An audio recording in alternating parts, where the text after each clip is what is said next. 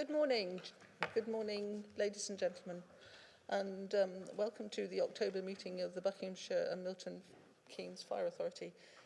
It's lovely to see people face to face, it really is. But we know that we had to do what we had to do, but it really is nice to see you all. Welcome. Although members of the public are now allowed to attend and observe in limited numbers, following the meeting, a video recording will be uploaded to the authority's YouTube channel. May I first start by thanking the leader and officers of Buckinghamshire Council for the use of this council chamber, and to the technicians that are here today to support us with this meeting. However, and there's always a however, isn't there? Please may I remind members that we have agreed to vacate the chamber by noon. Mr. Suchbury. I will therefore be using Chairman's prerogative where needed to ensure that we complete the agenda within 2 hours. I'm pleased to welcome to the meeting Mr. Matthew Barber, the Thames Valley Police and Crime Commissioner, and Group Captain Philip Arnold, the Station Commander at RAF High Wycombe. Some officers include the Chief Finance Officer, Mark Hemmings, and Area Commander Simon Tuffley, and they're joining the meeting remotely. In order to facilitate the best possible experience for all those participating in the meeting, can I please ask that those joining the meeting remotely to switch off your microphones and camera when not speaking. You will be audible and visible to the video recording of the meeting if you do not do so. You have been warned. So, agenda item 1 is apologies. Do we have any apologies? Yes, Councillor. Thank you. The minutes of the meeting held on the 16th of June, are there any questions for accuracy? And if there aren't, are you happy that I sign them as a true record? Thank you. Are there any disclosure of interests? No, thank you. You will have seen the Chairman's announcements that went out, and we'll be looking at the presentation of the Armed Forces Employer Recognition Scheme Silver Award from Group Captain Arnold, Station Commander of High Wycombe. Over 12 months ago, the Fire Authority signed up to the Armed Forces Covenant. Based on its commitment to support the initiative, we achieved the Bronze Award in the Employers Recognition Scheme, and after demonstrating further its commitment to support our Armed Forces community, we have now achieved the Silver Award. The service is working in partnership with the two councils, Buckinghamshire and Milton Keynes, to introduce drop-in centres, and these are safe places for veterans to come for advice and support from a variety of partner agencies and charities, or just meet up with some people who have had similar experiences over a coffee and a sandwich. We ran the pilot event in Marlow Fire Station, which was a huge success, and there are plans to run another at the end of the month. We aim to develop this further, continuing in partnership with the two councils, and introduce these drop-in centres events across the 3 locations, High Wycombe, Aylesbury and Milton Keynes. And furthermore, we're supporting Armed Forces Cadet Association in partnership with Buckinghamshire Council. The aspiration is to use Aylesbury Fire Station for cadet training in the future. Where we can, we will provide facilities for one-to-one clinical advice for the Veteran Support Network and NHS services where veterans can occasionally or will occasionally need a room to carry out clinical consultations. Delivery of the Armed Forces Covenant will contribute towards ensuring the service maintains its promise through the people strategy. And it gives me great pleasure to welcome Commander Arnold from the Group Captain Philip Arnold, who will present the Silver Award to the authority today. Would you like to come back up, and Stephen?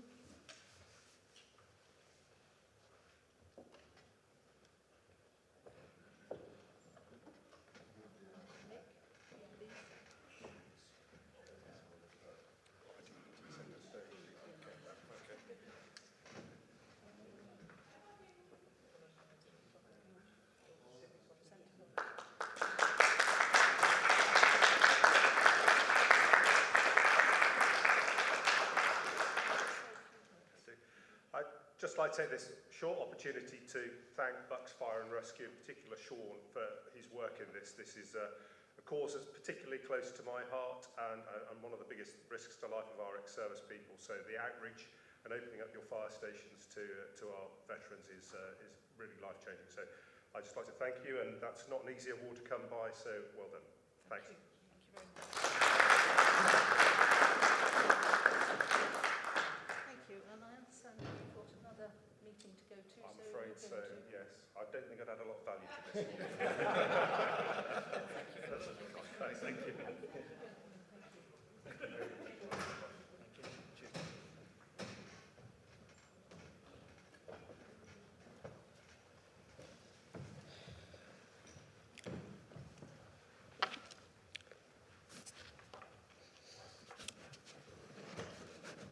So we go back to the agenda, and we're on agenda item 5, matters arising from the previous meeting. And questions, we've got, I think you're going to be asking a question, Mr. Stutchbury, on the previous minutes. I probably am. Remind me what the question was, because I didn't, but I'm always willing to ask one. Fine, if you've got no questions, then we'll move on. No, I hadn't got no question on the previous minutes, Fine, only okay, that they're a reasonable record of what took place, avoiding all names and incriminating evidence. Thank you very much. Then, if you've got nothing else to say, that's really good. Thank you. Yes, Councillor Hopkins. Thank you very much indeed, Chairman. I wonder if I could ask Mr. Hemming, who I think is on the call remotely, regarding FAE 13, Protection Update and Policy Statement, on page 16. I wonder if he could provide us with an update on that particular item, and I wonder what he might advise as a sensible way forward.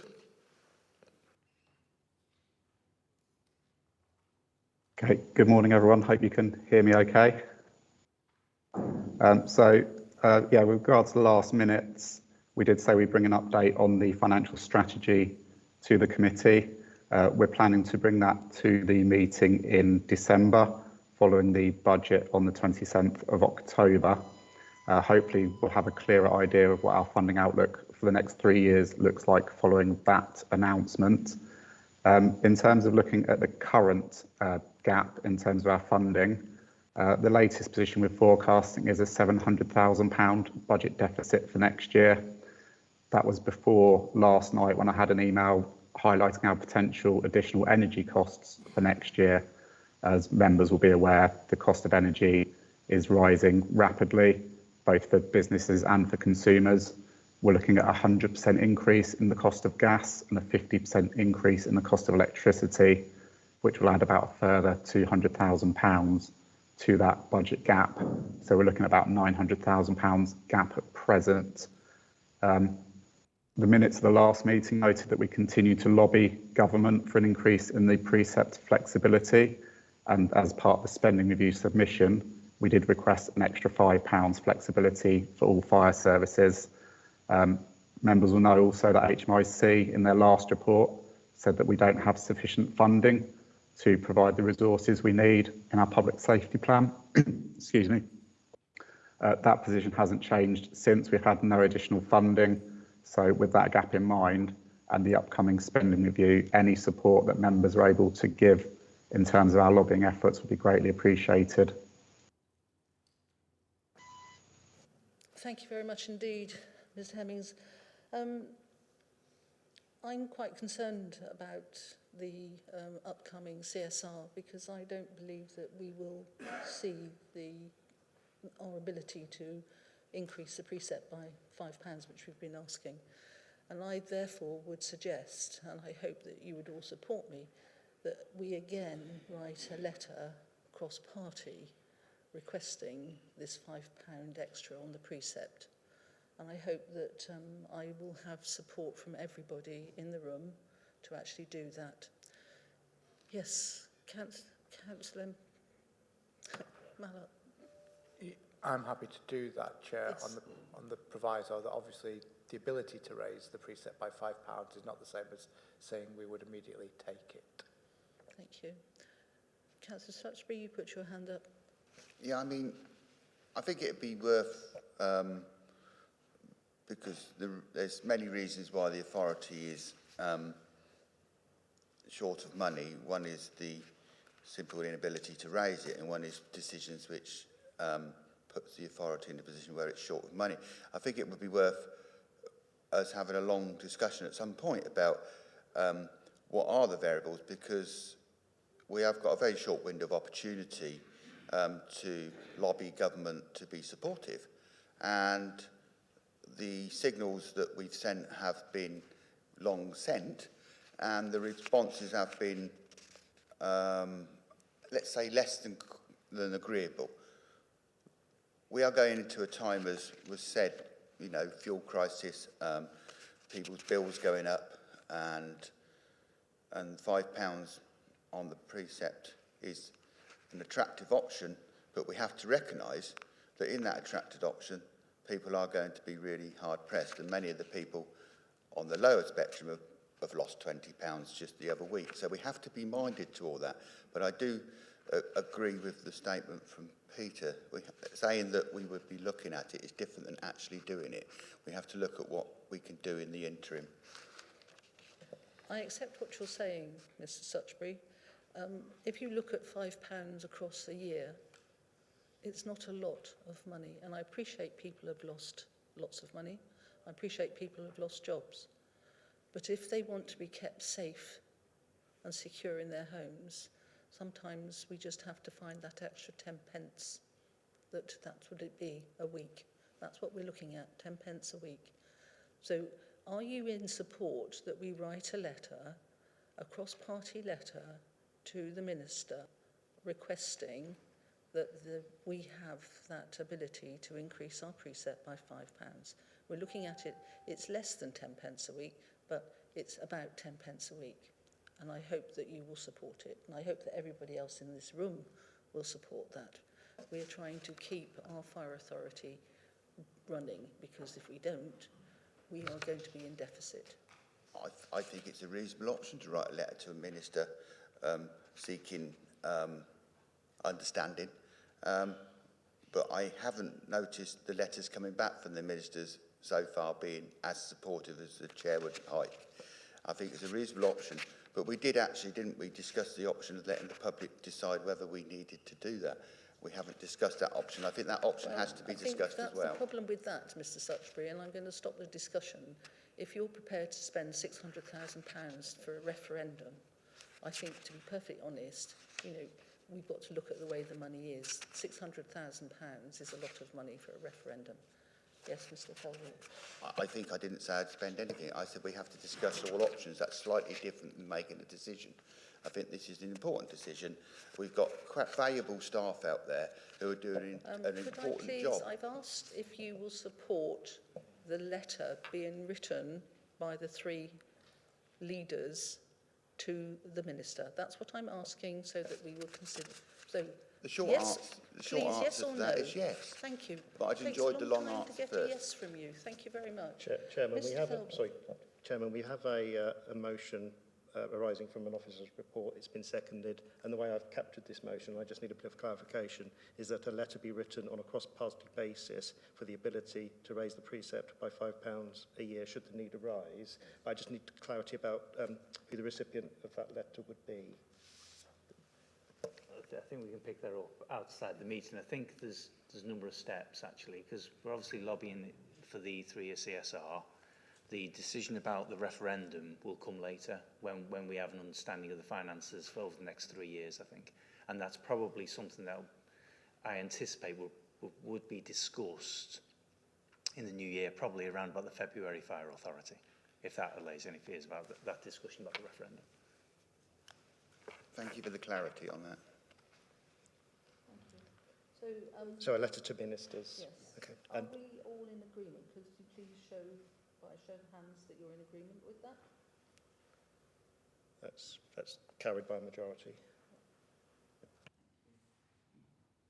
Councillor Marland, you did put your hand up, so are you not signing the letter? Oh, you are. Thank you. So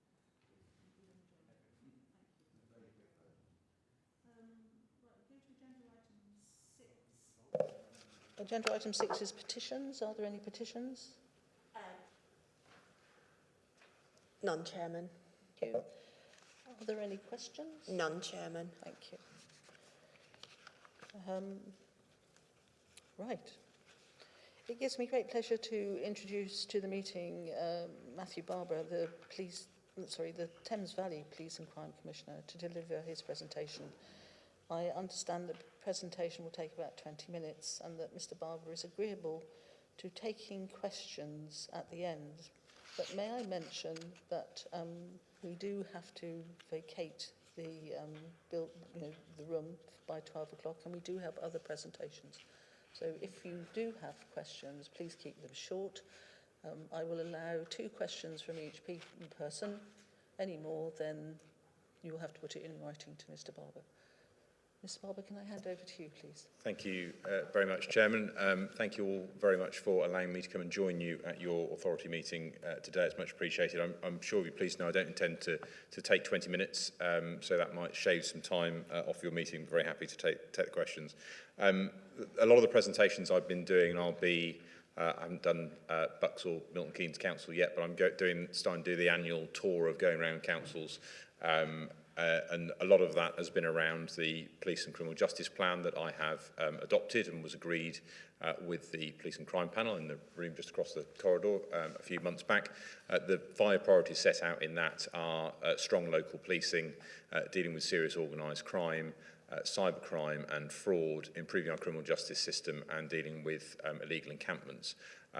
There's obviously a whole other array of work, both large and small, that falls out of that, and there are a number of strategies that will be published subsequent to that Police and Criminal Justice Plan on particular areas. So we've already started some of the work behind the scenes on a new road safety strategy.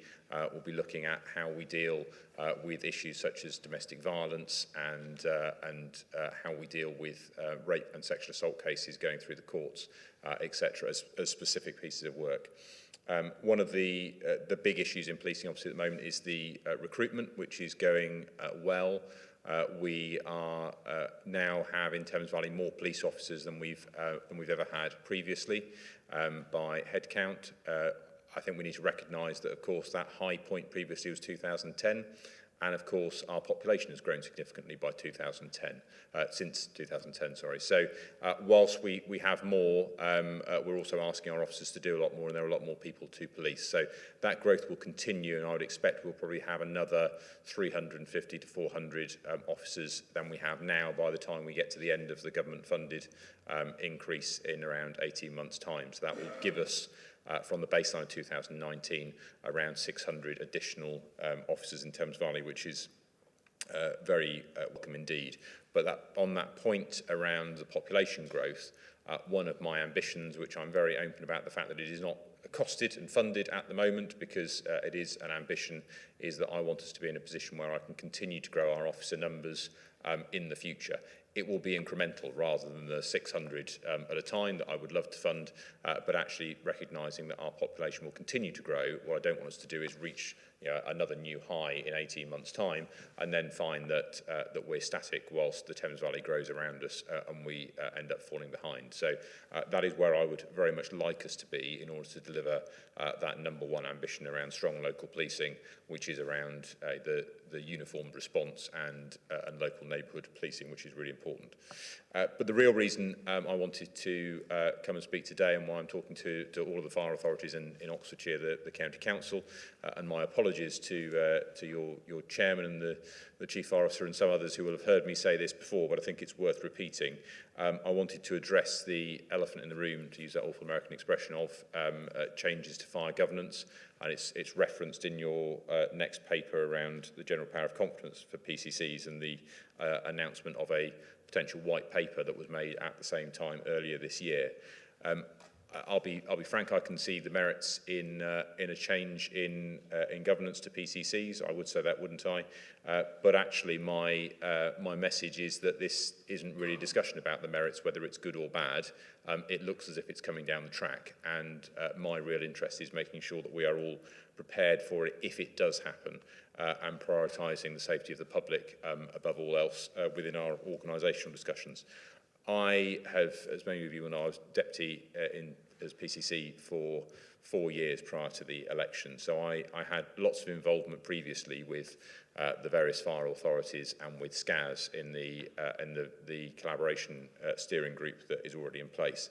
And I've been really impressed, certainly when I look around the country, around the level of collaboration, not just between the 3 fire services in Thames Valley, but between the fire service and the police, and to a slightly lesser extent with SCAS.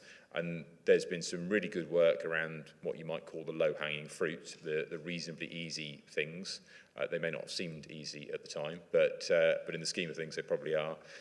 Lots of good work still ongoing around sharing of property, which makes a lot of sense operationally and can save us all a lot of money. And again, there are still some pretty obvious projects that I'm sure we will come to as we move along.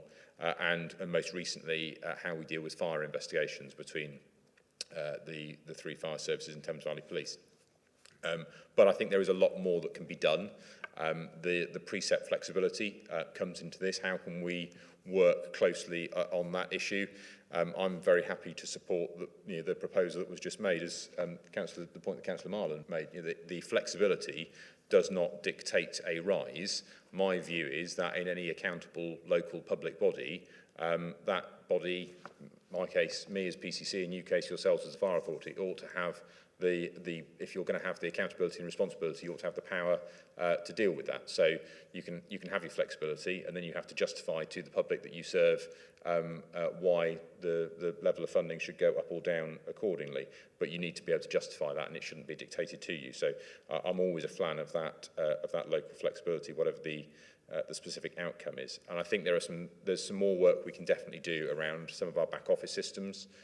Where actually, although different organisations doing a different role, we've had some conversations already about the duties system, some of the finance systems that are used across fire and policing, and could we look to merge those over time, not as a proactive, we must do this for some strategic role, but actually when contracts come up for renewal, rather than just looking within police colleagues or just looking within fire colleagues, that we look across those boundaries to see what opportunities there are.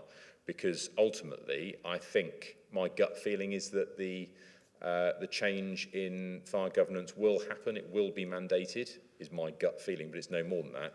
And if it does, I want us all to be in a really good place to make that work. And if it doesn't, I don't want us all to have wasted a load of time on some pie-in-the-sky grand ideas around changing governance that end up being a huge waste of money. So I think there are areas that we can look to collaborate on further, which will be beneficial to us if there's a change in governance, and will be beneficial to us if there is not. As to the likelihood of a change, I hear differing views, and I was talking to Jason this morning. I was in a taxi last night in London with 5 other people, and one person assured me that they'd heard the thing was just about to be printed off. Someone was just about to run the thing on the photocopier at the Home Office, and we were going to know what was in it. And then someone else said, no, they were pushing back as long as possible in the hope that everybody loses interest, and it doesn't happen. Where is the truth? Somewhere in between, probably. I have no idea. We will just have to wait and see. But in the meantime, I'm very keen to continue working with yourselves, with Bucks, Berkshire, and with the County Council in Oxfordshire, and indeed the FBU. So I guess in short, Chairman, to round it off, my summary is I recognise that the potential change in governance is a big deal for all of us. Everybody will have their own personal views. I'm not pushing for it. If it's not mandated, it won't happen in Thames Valley. But if it is mandated, I want us to make sure that we don't waste our time arguing on governance models and battling through the courts and challenging each other, because I think that will only risk the safety of the public that we're all here to protect. And I think that would be the worst case scenario. So very keen to continue the collaboration, and if it's mandated, let's make it work together, and if it's not, let's carry on collaborating as we are now. Thank you very much indeed. Thank you. I have to say I echo that, whichever way it goes, we have to work together and make sure that it works. It's for the services, rather than, I don't want to say the personalities. Do we have any questions? Yes, Councillor Suchbury. Firstly, first time I've met you, and welcome to your new role. And I am encouraged that you are putting back in the police which were removed in the preceding years and now trying to grow the police after they were cut. But one thing I would be interested in knowing your view on, it is a very local question. We've had a spate of arsons, and one place we've had a school sadly set light to. Have you got the resources to truly investigate these things and actually stop the arson, because it causes so much distress to the community? Loss of a school is so disruptive to young people, and small arsons in a town centre, be they bins, be them stuff, is so upsetting for everybody and puts a fear into people about something worth having. So the real question about, you say you're going to raise the police numbers from the previous reduction in police numbers. Do you think you've got the resources truly to buckle down on this, because it is a big law and order issue, and we need to snip it in the bud? I completely agree. I think the subject of arson, which covers both our roles, doesn't it?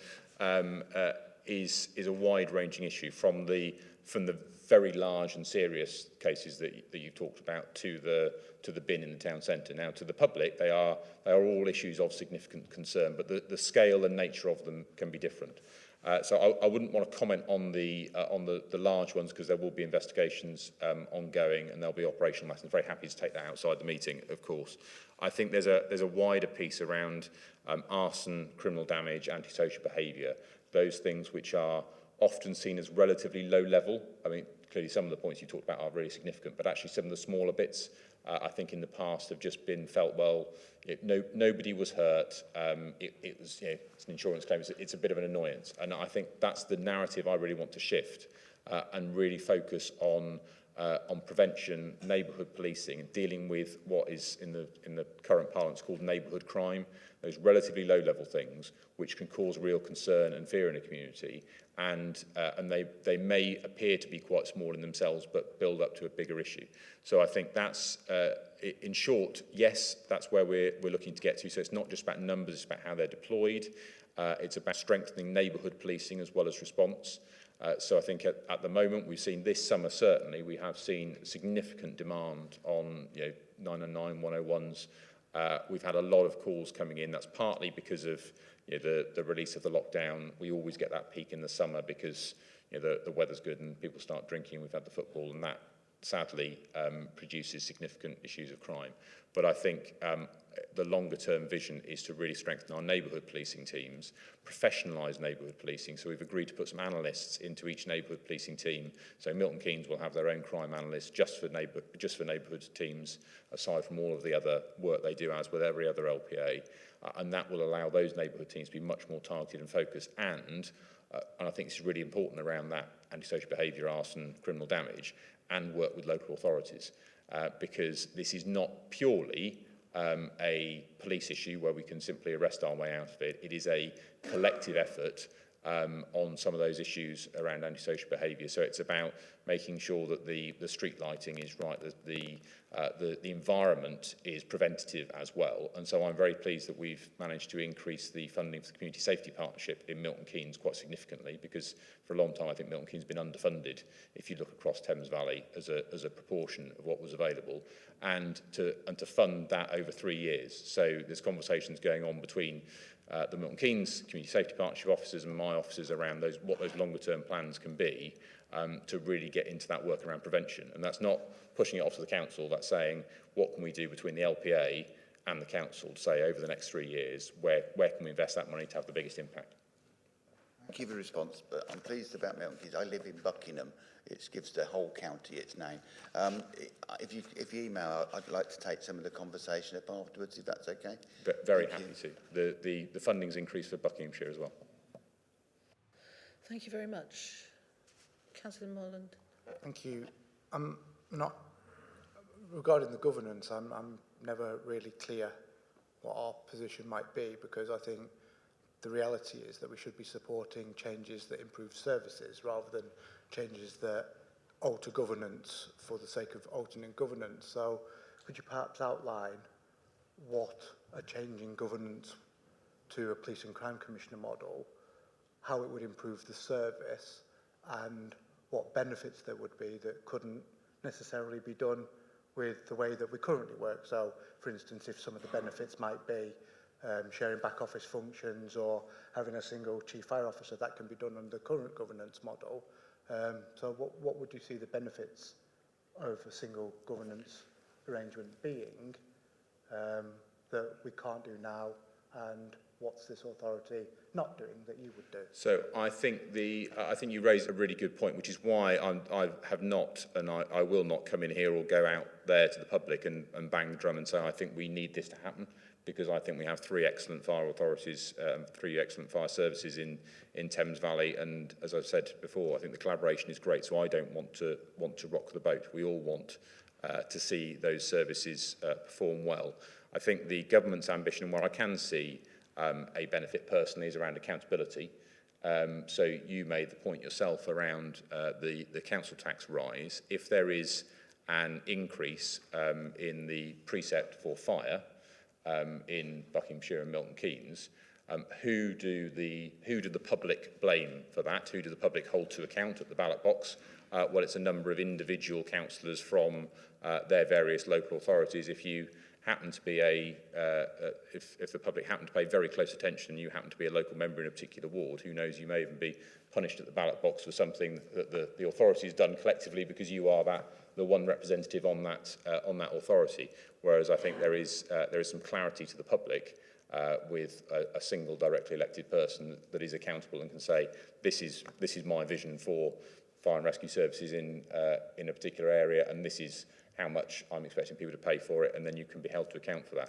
But I have to say, going back to where I was at the start, I'm not banging the drum for it, so I'm not going to say that's my justification, please back it. I'm saying I think it's coming down the road, and if it does, then we should focus on the services that really do matter. Following up to that, I mean, I'm not sure I agree on the accountability model, because I think Councillor Hopkins and Councillor Rankin and Councillor McLean will know very well that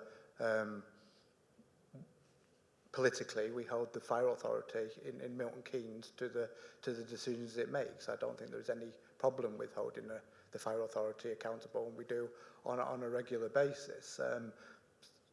So in one sense there's a lack of an answer there, which is I'm not sure. You're saying I'm not sure what the benefits are, but if I'm not mistaken, this will have to either be primary legislation or some sort of statutory instrument. If the government doesn't lay out the benefits, rather than taking an agnostic view that this will happen, if the government can't lay out the benefits, and it may lead to 2 or 3 years of disruption, not just for the fire service, but also your police service, if the government can't lay out the benefits, would you consider not supporting it? I think if it's mandated, would I consider not supporting it? No, unless I could see some good reason not to, because I don't necessarily foresee 3 or 4 years of disruption, because it should be, if we approach it correctly, a governance change, which should mean minimal changes for the service itself. I think if the big change for Thames Valley, and this remains to be seen, frankly, is whether or not the 3 fire services become 1 fire and rescue service. That would be the big change for Thames Valley, to be honest, more than governance. And there are 2 schools of thought, and your guess is as good as mine of what happens. Would the government transfer 3 fire authorities, 3 fire and rescue services to a PCC and say, here you go? Or would they, because they are looking at co-terminosity, and it's a bigger issue in the southwest than it is here, create a new body which on day one has a new governance, and here you go.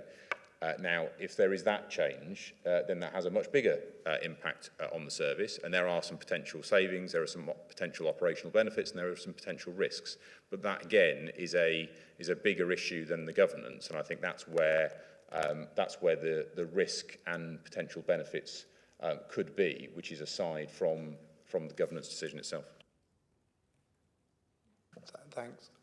This is my last question, but it is pushing you back on that point, which is, again, if this is legislative or a statutory instrument, there will be a debate about what is laid.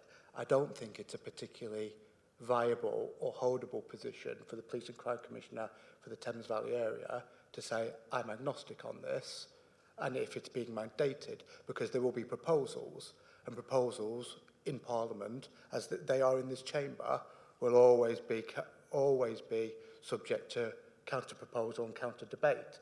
So there will be a point where the line, just it's being mandated, doesn't hold anymore, and you'll have to say which you prefer. So that's what I'm pushing. I take your point. I don't think I would say I'm agnostic on the subject. I have said myself, I think there is a good argument around accountability, which does matter. And I think it's not just a case for local authorities to hold the fire authority to account, it's how the public hold the local authorities and their fire authorities to account. I think that matters, but you're quite right. Of course, there will be a debate on the proposals, but until we've seen the white paper, it's very difficult to say I support the white paper or I don't. My point around this and why I've been perhaps more non-committal than I normally am on most subjects here is to say very openly and frankly to the fire authorities, I have to the other two, this is not about me pushing this and driving this politically because I want to own fire and that's the direction I want to go in. Because I think if I do that, then immediately and understandably people potentially pull up the drawbridge and cease on some of that cooperation. So I wouldn't say I'm agnostic on the subject. I want to see what the proposals are in detail as others do. You know, one really important piece for me is what nature that governance takes. So there are two models at the moment where a chief fire officer and a chief constable may be answerable to a police and crime commissioner or police fire and crime commissioner. There is a single employer model where the chief constable employs everybody and the chief fire officer effectively becomes an assistant chief constable and reports into the chief. Now, those models are both on the table if we were to go down a voluntary change at the moment, but I would fully expect that those options would be narrowed down to one, and I would not want it to be the single employer model personally. But I don't know that yet, so I can't be a champion for it or strongly opposed to it at the moment because I haven't seen it. But my point is that I think this is coming, and if it does come and it is mandated, then I want us to be in the best shape that we possibly can be, because exactly your point, this needs to focus on, yes, governance is important, but actually the service we can deliver for the public. And if you look around the country and some of the challenges where people have tried to do it voluntarily, or perhaps a PCC has pushed it, or a particular area has pushed and there's been resistance, that actually that's when they've ended up in years of disruption and arguments and legal battles between authorities and governments and between authorities themselves. And I think that would be the worst case scenario, which is what I really want to avoid.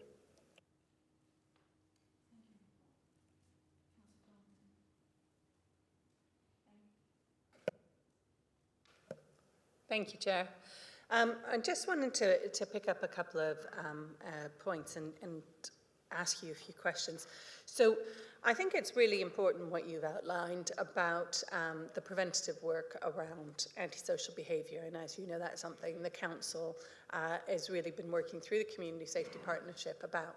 Now, the fire service also play a really important role in that, and not least, Jason and I have been talking since before I was on the board about how we use the Ashland Hub to be able to use some of the facilities there to do some of the preventative work around antisocial behaviour. But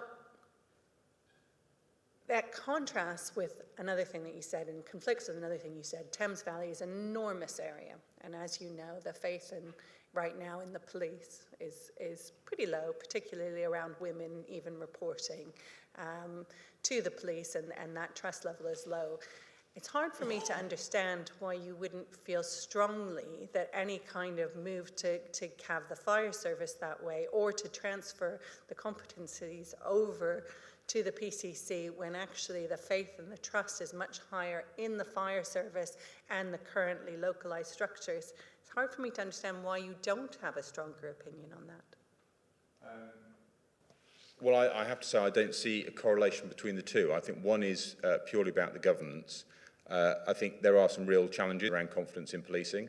We can't pretend that there aren't at the moment. They are significant, but there is a role for me and others in terms of governance to demonstrate that we have the right checks and balances around vetting, that we are establishing the right culture within forces, but also to point out the excellent work that is going on in policing and the fact that people should still and do generally still continue to have confidence in the police. One of the issues around, you talk about confidence in reporting. Well, we are still seeing rises in reporting of domestic abuse, which is the biggest risk to women, sadly, in this country. They're most likely to come to harm in their own homes. And actually, a lot of the domestic abuse charities that I talk to, their view would be that's not that domestic abuse itself is necessarily on the rise, it's an increased confidence in reporting and women be able to come forward as a generality. I see you shaking your head, but I don't think... It's not the view of your own domestic abuse officers in Milton Keynes. Well, that's fine, but I don't see that systemically over the last 30 or 40 years where we've seen that huge increase in domestic abuse, that we have become that much more a violent society. But what we are doing is recognising the different types of abuse, and we are seeing recorded domestic abuse going up significantly as a result. So I wouldn't be blind to any of those issues around confidence in policing. In fact, I think it's one of the most important things that we should cherish in our system of policing, one of the things that's most difficult to preserve at the moment. But I don't think I agree with your extrapolation from that therefore somehow policing is a tainted brand that we should almost give up on, and fire is much more trusted and should be kept separate as a result. I think all of our emergency services should be well regarded, and I don't see an issue around governance that would damage that. Okay, I'm not going to get into a debate about what you think about domestic abuse versus what your officers do. So just moving on from that, I guess my question to you, and this paper really does fill me with a lot of nervousness. I don't think it's the right approach from my perspective for our area. But I do, partly because it doesn't recognise that important role that the fire service plays within that community confidence. And they are, as you know, one of the more trusted ones. I'm not saying that people have lost faith completely in the police, and I have a lot of respect for the police forces, in particularly the teams in Milton Keynes that I am aware of. I guess I'm just trying to understand that what is the point in spending money doing a reorganisation, transfer, people, all of that instability that, as you say it won't happen, but I've never seen anything where it hasn't happened at a time when your budgets are being squeezed. The fire service clearly doesn't have the additional money and we'd both rather spend it on frontline. If you had money, that's probably where you'd put it, right? So I guess what's the point in having an independent directly elected police and crime commissioner if they are just going to take I think you said mandates from the Home Office, as opposed to providing that independence and pushing back and saying this isn't right for my area and this would be the wrong thing to do. Oh, well, because I don't believe it would be the wrong thing to do. I think I started off saying I can see some benefits in that. I've said I can see some benefits in it. Am I going to die in a ditch to deliver it? No, because I think partly because it would be a distraction from all those other really important frontline things that we should be doing. As I say, it may well not come. But the reason for being very open and coming along to you today is exactly for the reason that if I don't, everybody will be thinking about it, even if we're not discussing it. And I don't think that's particularly healthy.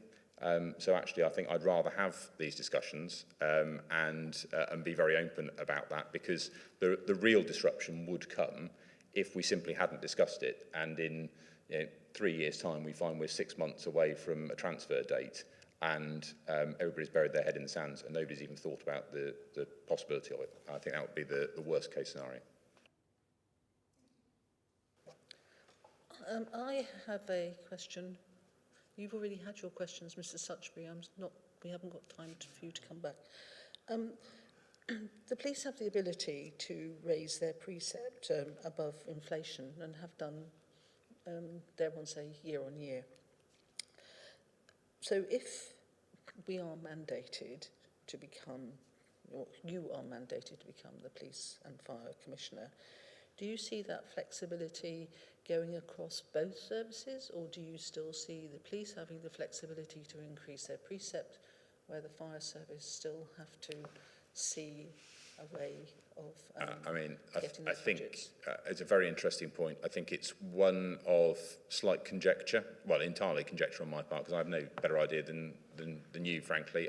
What I would imagine, and what we've seen elsewhere, but my gut feeling from all the things I've heard, is that the budgets would remain separate. So a PCC would have a fire budget and a police budget, and other than those areas where we collaborate, as we do now, and have back office services and share things, you would have demarcated budgets, so you couldn't sort of take money out of fire and put it into frontline policing, for example. Now, that may well not be the case. Government may well say, here's your global sum, you raise taxes to deliver both services, and off you go. But I would imagine it may well still be demarcated. If it is demarcated, then it would clearly still be a possibility for government to set different rules for different areas. But as I set out earlier, my view generally is that local authorities at whatever level they are, whatever service they're delivering, if you are going to be accountable to the public, then you ought to have that flexibility. Whether you choose to take it is another matter, and we can discuss the parity or otherwise between police and fire, but I think as a matter of principle, I think the flexibility should be there. So actually the answer would be no. That's what you've said? Yeah. Yes. Okay, thank you. No other questions I can see from the floor. If you have a question, please will you... I'm not letting you talk.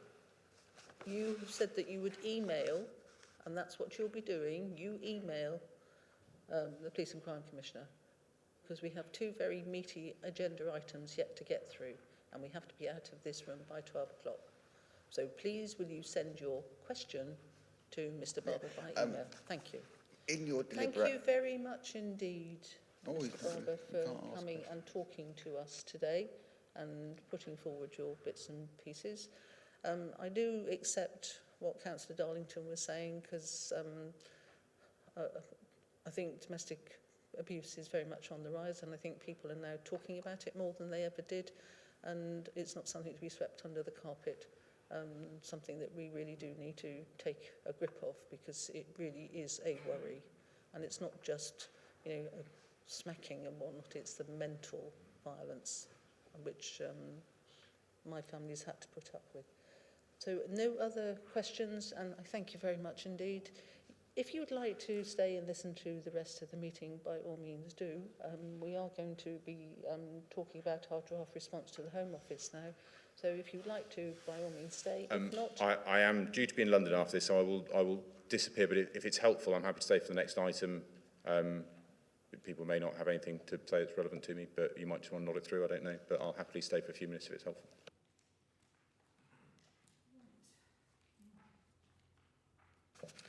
You've all received copies of the cover report and copy of the draft proposed responses electronically. There are hard copies at the back, as we've said. Before I hand over to Graham to present the report, please note that the proposal in this consultation is not about whether a PCC takes on responsibility for a fire and rescue service, whether mandated by government or otherwise. So if responses were to be made by the authority to such proposals, these would be tabled at a future meeting of this authority. Graham will take us through this report. If you have any questions or suggestions or additions, please will you actually indicate that that's what you want to do. Mr. Britton. Thank you, Chairman, Members, Commissioner. As set out in the Executive Summary, the purpose of this report is to seek approval from the authority to the draft responses to the Government's consultation on giving Police and Crime Commissioners greater powers of competence. A copy of the consultation document is at pages 21 to 31 in your agenda packs. The prime audience for the consultation are the bodies and individuals listed on page 23 of your agenda pack, and these include fire and rescue authorities, the Local Government Association and the National Fire Chiefs Council, amongst others. The deadline for responses is the 27th of October 2021. As mentioned by the Chairman, the focus of the consultation is distinct from the proposals that relate to a PCC taking on the governance role of fire and rescue authorities, which the Home Office has stated will be included in a future consultative white paper. A copy of the draft responses is attached as an annex to the report, which is separate from the agenda pack. I've set out in the cover report in some detail the legal background to the proposed responses. This can be boiled down to the fact that in 2004, the Fire and Rescue Services Act 2004 gave standalone fire and rescue authorities powers to undertake incidental activities, which gave them parity with principal councils, many of which ran fire and rescue services, and parity with policing bodies. Parity between policing bodies and standalone fire and rescue authorities was lost when standalone fire and rescue authorities were given greater, wider functional powers by the Localism Act in 2011. As a single-purpose authority, Buckinghamshire and Milton Keynes Fire Authority has benefited from having been given wider functional powers. Examples of these are cited in the draft response to question 3. Examples include assisting the ambulance service, healthcare providers, and other bodies whose main focus is not directed to fire safety. The draft responses are therefore premised on PCCs being likely to benefit from wider functional powers ancillary to their prime focus, and these would also be likely to complement PCCs in their collaboration duties with their blue light partners, whereas general powers of competence are not appropriate for the single-purpose status of bodies such as PCCs and fire and rescue authorities. Members may note in the cover report under the sections headed Collaboration and Consultation that the PCC's monitoring officer's feedback on the draft responses has been included. The PCC's monitoring officer considers that the draft responses are consistent with the Home Office's aims and also consistent with our respective collaboration obligations. I'm conscious of time, Madam Chairman, so I'm not proposing to go further into the detail of the responses, but happy to take any questions. Are there any questions? Are there any suggestions? Yes, Councillor Mallard. Thank you. And again, this is a response to a consultation that is unasked for in some ways, and therefore I think it's important. My concern with the consultation on page 27 of the Agenda 7 of the actual consultation document itself is around the property and regeneration and development and commercial ventures and initiatives, particularly around property and regeneration. The government have tightened the Public Loans Works Board's rules in recent years, and I need to declare that a member of the LJ Resources Board. And actually, when you look at a number of smaller authorities that have borrowed well above their risk level, and even larger authorities such as Croydon that have managed to go bankrupt off the back of it, I'm slightly worried that an individual, in many cases where it's a PPC, could take that decision to borrow quite significant amounts of money from the Public Loans Works Board, and sort of making sure that the scrutiny arrangements for that borrowing that are currently weak when it comes to the PPC are significant, at least strengthened.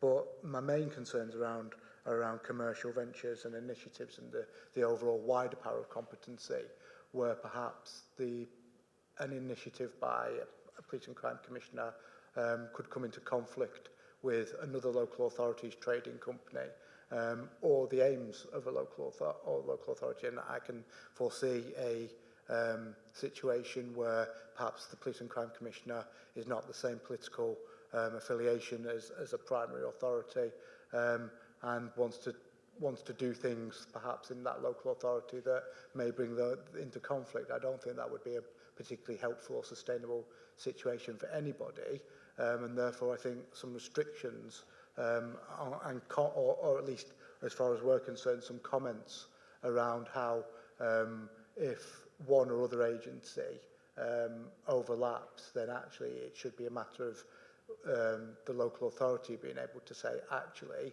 that's our main area, and therefore we object to that.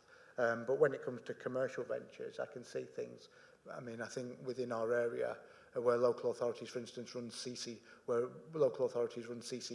we don't in Milton Keynes, but I know it's a growing area for many local authorities. And the Police and Crime Commissioner may want to come along and set up their own CCTV company, and therefore competition on that basis would not be helpful or successful, but the commercial need of the Police and Crime Commissioner or the local authority may come into direct conflict with each other. And I think some comment on that would be helpful as well, really, about where it's, I suppose, if these powers are going to be granted, it's seeking to avoid ways in which primary authorities and the Police and Crime Commissioner may avoid situations where they get into conflict, which would not be helpful. That's a very good point, actually. I think what we will do is that we will actually put something in to our response. Can I leave that with you, Graham? Because that is a very significant point about property and also commerciality. And yes, we have seen it in other areas. And I think probably, Matthew, you would agree with that, would you? Yes, Chairman. If I may, just from I wouldn't disagree. I don't think anybody would want to see us coming into conflict over such things. So it's not an unreasonable comment at all. Your point about scrutiny is a fair one. There's obviously a separate consultation on the PCC review part 2, which will look at police and crime panels and their relative powers around various areas. So that may be picked up separately, but clearly it's up to the authority to put it in here. I think the sorts of things which would where this could be helpful, and it may well be actually that the wider power of competence rather than the general competence the local authorities have, but bringing us in parity with far authorities deals with this. And I'm getting some legal advice on some of these scenarios at the moment about how far we can push things where we are, because I think sometimes we can. There are some innovative things that I can do within the powers that I have got, because there is some freedom. It's about what I'm nervous about is having that freedom fettered. So examples of what I've talked to in other areas, I don't think there's anybody doing this, is where there's a wider remit working with probation now and dealing with the wider criminal justice system. We could fund some money to an organisation that provides housing for people coming out of prison as a sort of temporary hostel accommodation. We're able to do that at the moment. We work with charities in the third sector who do that.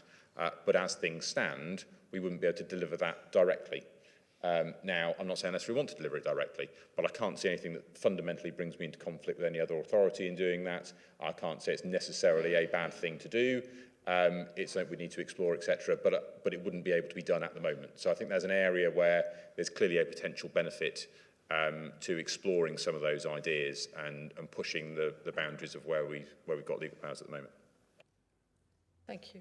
Do you want to come in on that? Chairman, I think from what Councillor Marden has said, and if that's supported, I mean, currently the response, question 5 in respect of wider functional powers, I've set out a scenario there where the Fire Authority would say that we are content with existing safeguards, but I think from what I've heard, I think there's probably some wording there about looking at ensuring there are safeguards to restrict commercial activities, particularly where there may be a conflict with principal councils. Something there about safeguards in the field of commercial ventures and initiatives. It is. I mean, it's the sort of scenario that I can see, and I'm assuming, again, that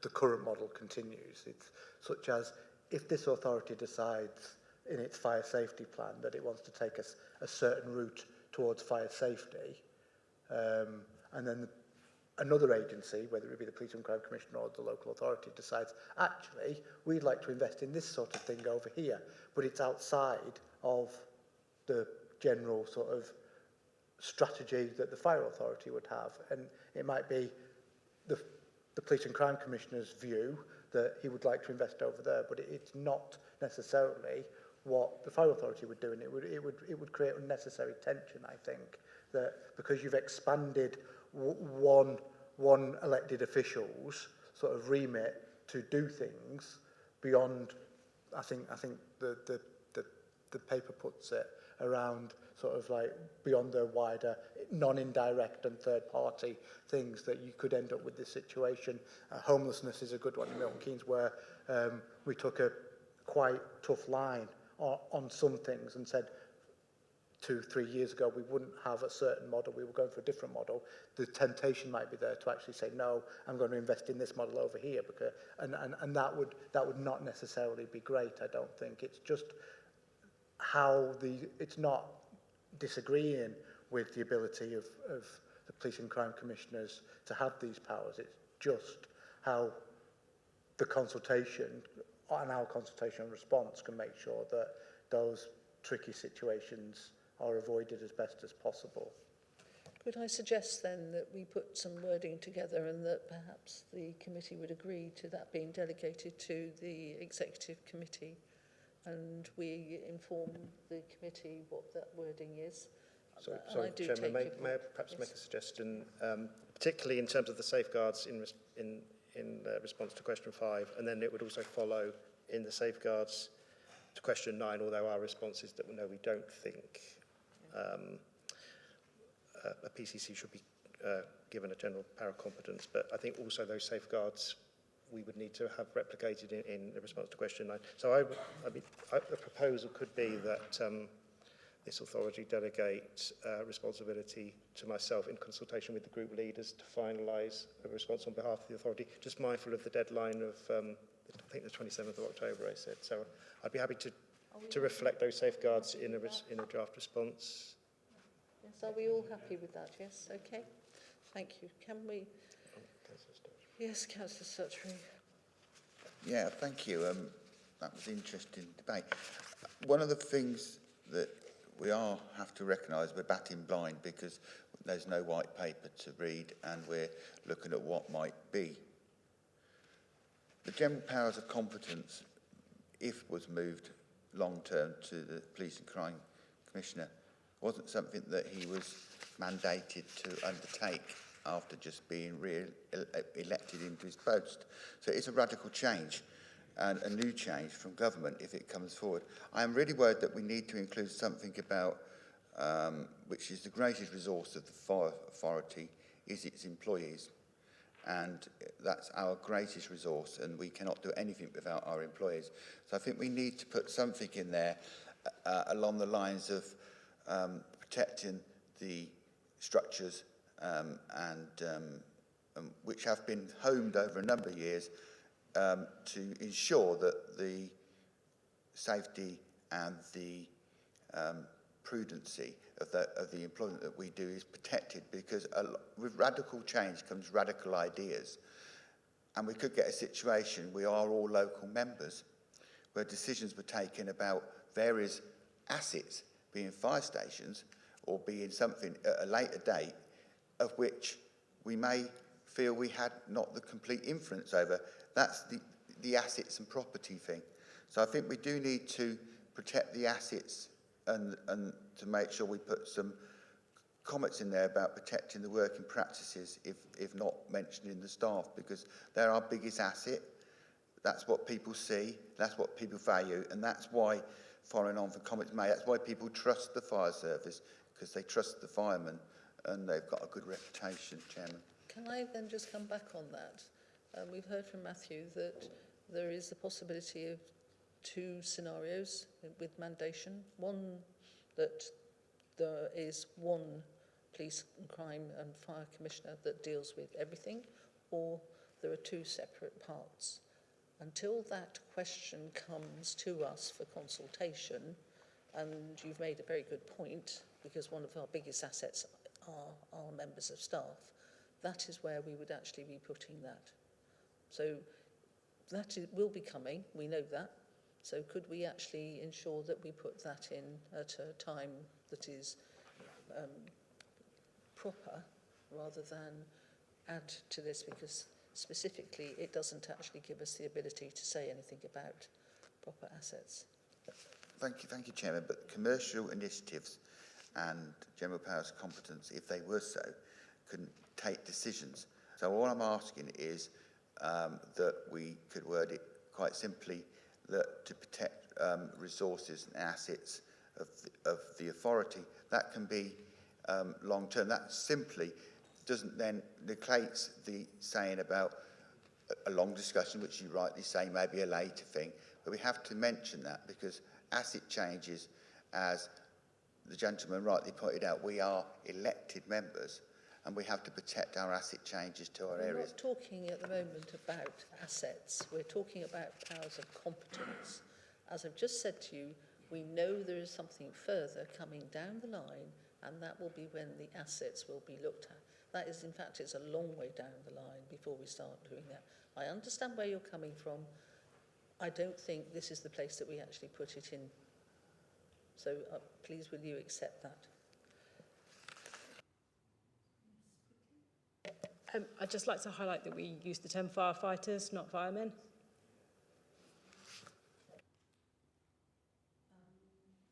Can we then move on?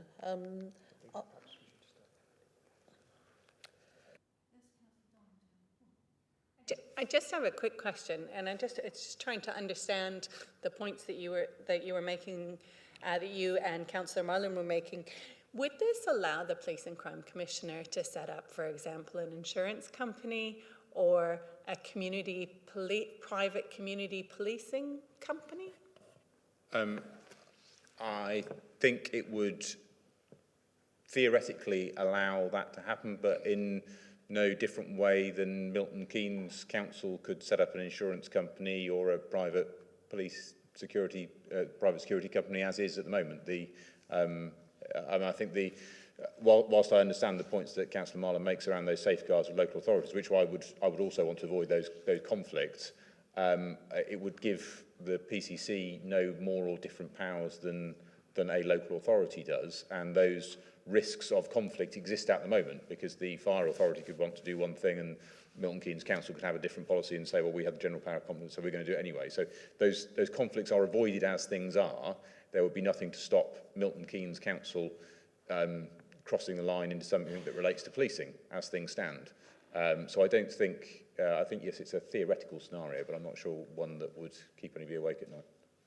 If I may, Chair, without wishing to prolong things, but just I think an important point that's been made. Firstly, I think obviously this consultation is around the current scenario, not around transfer of governance. Clearly that's a previous agenda item. But I think what is worth referencing in the potential white paper on governance is the talk of chief fire officers becoming operationally independent the same way chief constables are. So whilst the assets is a perfectly reasonable discussion, actually I would envisage, if it does work the same way, that the people, that hugely valuable part of any organisation, would remain entirely the remit of a chief fire officer, in the same way that I can't tell the chief constable what to do with his police officers. I wouldn't be in a position, or the fire authority wouldn't be in a position to tell the chief fire officer what to do with their firefighters. I'm very conscious of the time, and I know this is an important issue. Can I suggest that we go to item 9, Appendix 1, which was sent to you, and we go through it page by page with the additions that we've already got from Councillor Marland. Okay, so we're looking at Appendix 1, page 2. It's in a separate pack. Are there any changes on that page, on page 2? No. So that takes question 1 and question 2. Question 3 is on page 3, and the answer is there in quite detail. Question 4 is at the bottom of page 3, and over onto page 4 is the response.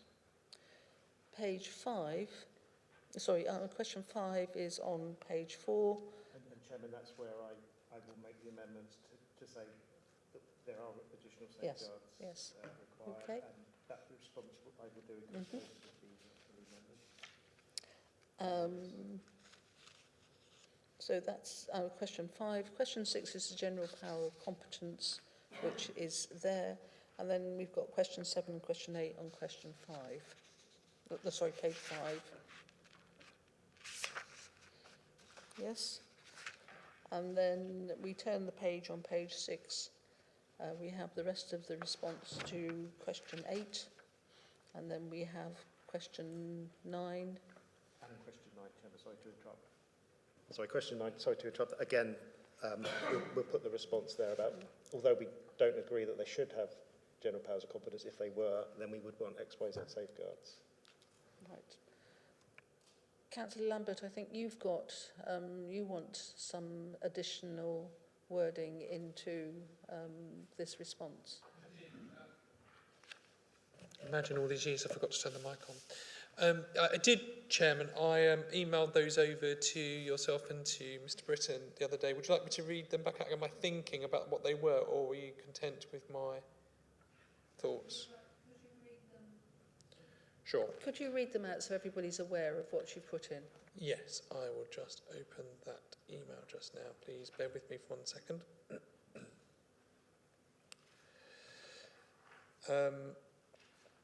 My thinking was whether we can add in something about scrutiny and appointments by local authorities. There is a mismatch, in particular in the Thames Valley area at the moment, where Buckinghamshire has 5 reps from its old predecessor councils, whereas the other councils, Oxfordshire and Berkshire, have proportionate reduced, which means Buckinghamshire has a higher weighted number on the panel than any other authority in the area. And also the proportionality within inside our organisations doesn't match the proportionality sent to that organisation for the scrutiny panel in Buckinghamshire in particular. It is in other authorities, not consistently I have to admit, but it is still there. So I was wondering whether there is a form of words about improving the balance of scrutiny in terms of numbers and spectrum, political spectrum, and that's not to say I want to be on another committee because I really don't, but there is the principle about what the public see as a role that should be for everybody, shouldn't just be the panel fitted up in that way. So I was wondering whether there's a form of words that we could put in there that would match that scrutiny challenge and show that we actually have considered that. Chairman, I can certainly make accommodation for that in the amendments that I'm going to circulate to the group leaders in the response in terms of that additional safeguards, and take on those points about scrutiny and the political balance and the makeup of those panels. I think the other thing, it would be nice to see that actually scrutiny has teeth rather than, but that's one of those things that goes... Yes, I did actually say that in my email as well, didn't I? I just said it can only advise, and it needs to have teeth. It needs to be able to hold the Commissioner to account, and for that to be meaningful in a way that we see in other authorities. So yes, that was in there as well. Thank you. If I may, Chair, just 'cause I don't want to drag it out, but it may be helpful. I might disagree about where the balance of power should lie between someone who's directly elected and representative of other bodies. But the current arrangements are obviously a matter for the Police and Crime Panel themselves, but there is a separate consultation that the Home Office are running on PCC Part 2, which is asking specifically around powers and makeup of the Police and Crime Panel. So you may want to include it here. I would imagine the Fire Authority probably hasn't had an interest in responding to other consultation, but if you are interested, that's probably the place where it's more likely to have more effect on that than this, which is a side point to another consultation, if that makes sense. So there's another opportunity. Very quickly. Yeah, I think it would be useful before we vote, Chairman, to read out what's going to actually go down on the order. I've listened to Councillor Peter Mallon's suggestion, I understood it, and I've listened to Councillor Lambert. I think it'd be useful. Can I please tell you that you will see the wording? We'll put the wording together and we will send it out to everybody on the committee so that you will see the wording. And I'm looking forward to attending the gentlemen's meeting and interceding as many times as he has today. I think we've done this item now. Yes, and we're happy with the outcome. We will come back to everybody with the wording that we will be adding. We will agree it, and it will be sent out for everybody to agree. So nobody will be left out. So Mr. Britton will leave that in your capable hands. Thank you, Chairman. And again, thank you very much indeed, Matthew, for coming. And I know that you've got to get up to town, so good luck. Thank you very much indeed. Thank you. And thank you, members, for your input. We go to item 10 now, agenda item 10, which is the people strategy. And I'll hand over to Councillor Lambert to introduce this, and then we'll have a presentation by Station Commander Paul Casey. Stephen. Thank you, Chairman. So I really am not going to go and talk War and Peace on this. I'm conscious of the time also, but to say that this is an extensive piece of work. It is not something that's just happened overnight.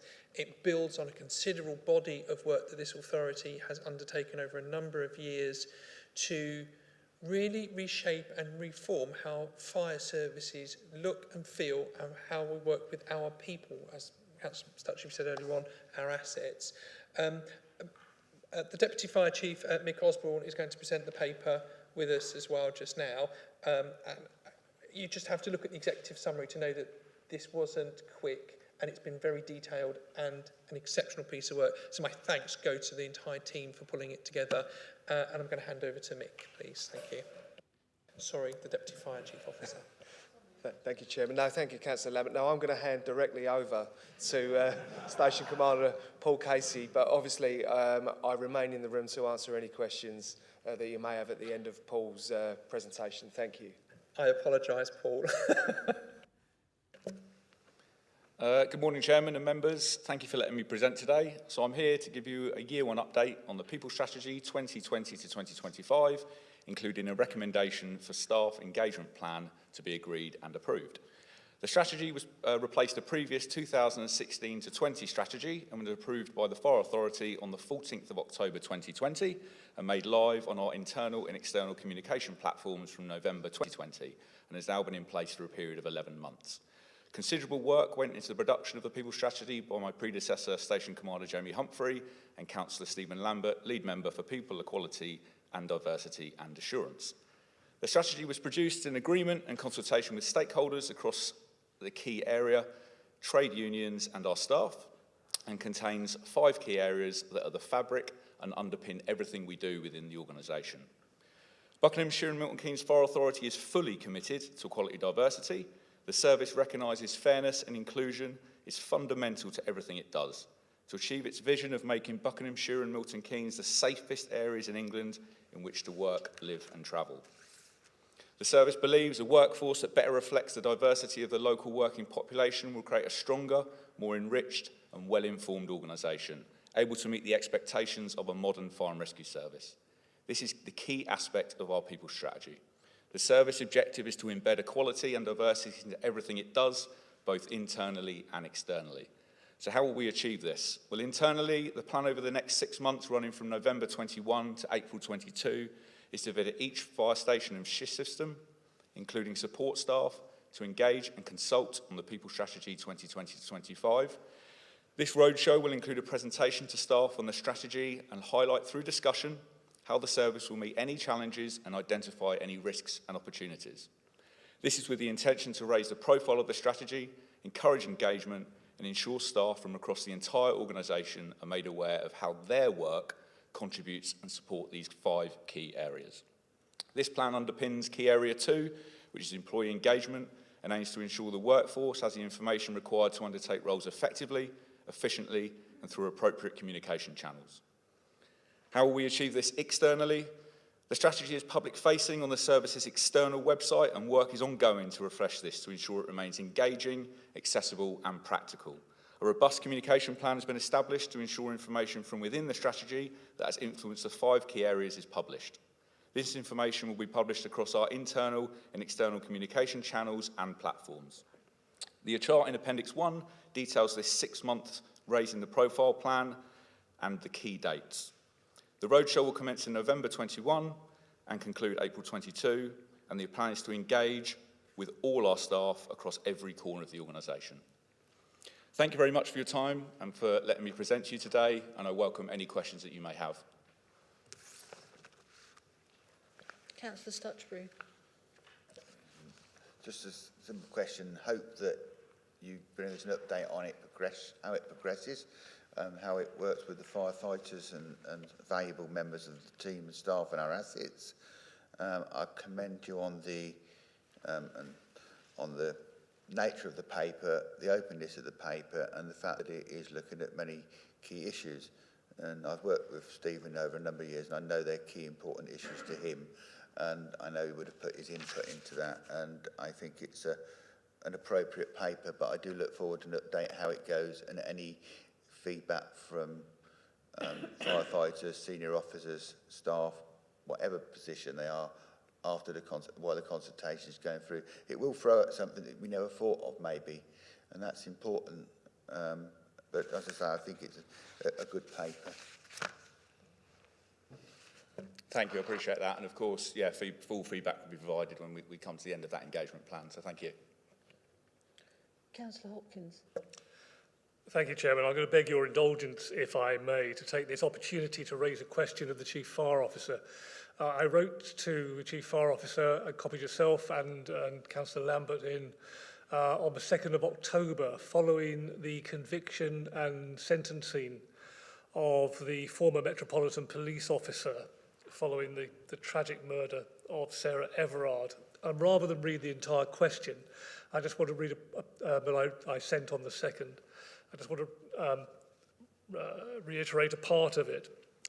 I said in my email to Jason that the fire service generally does have an image historically of being very male-dominated, with a potentially male-oriented, macho, masculine culture. And whilst the horrific circumstances that led to the abduction and murder of Sarah by a then-serving police officer would be unlikely, indeed impossible perhaps, to occur within the fire authority, it is worth, I think, reassuring ourselves that the service in our county is fit for purpose in the 2020s, and that these issues are consistently monitored, and any strain away from acceptable behaviour is nipped in the bud in whatever way is most appropriate immediately. Gone are the days when comments and attitudes can be dismissed as being only banter or a bit of fun, and the public and all our staff has a right to expect the highest standards at all times from us all. I have no doubt that the Chief Fire Officer will reassure us, but I just thought it appropriate at this time that this was forthcoming. Thank you, Councillor Hopkins. And your email was timely and a positive move, in my view. The abhorrent murder of Sarah Everard, and also the reports in the public domain of the culture of misogyny in public services, is a reminder to us all about the need to root out this evil and to continue on this journey. The service will not tolerate bullying, harassment or misogyny at any level. We've worked hard over the last number of years to look at the culture within the service, and I'm going to ask the Deputy Chief to identify some of the things that we've been doing more recently within the service. But that said, all public authorities need to redouble their efforts and need to take a long, hard look at themselves and ask themselves whether the culture that's currently within the services, that all services provide, are fit for the future. And we must continue to do that. And the authority must continue, as you do, to hold us to account, to ensure that we follow through on the words that I've just said. Mick, do you want to talk about some of the things that we've been doing? Yes, yeah, thank you, Chief. Just firstly, just to assure members as well, to give you some assurance that we do have really robust and strict procedures and processes in place and policies with regard to anything that strays outside of our code of conduct, and any such behaviours are dealt with immediately and through the appropriate processes and procedures, whether that be through grievance, through whistleblowing, right up to and including discipline. So just to give members that assurance. But coming back to the point around the work that we've been doing on culture, our service embarked on a journey some years ago now of culture surveys within the organisation to understand the culture, to understand how we can better sort of inform and improve our culture as we move forward to reflect the 21st century fire and rescue service. I'll come on to some of the figures from that, but what we've still got in place and we will continue to do is a programme of culture surveys that we run every other year, which coincides with Her Majesty's Inspectorate's staff surveys that they do, so that we didn't get kind of all surveyed out. So we have a survey every year of our staff that talks about people, how they feel, and how they can approach their managers and so forth, because we don't ever want to get complacent in this area. We do get very few complaints, thankfully, but again, as I said, we can never, ever be complacent.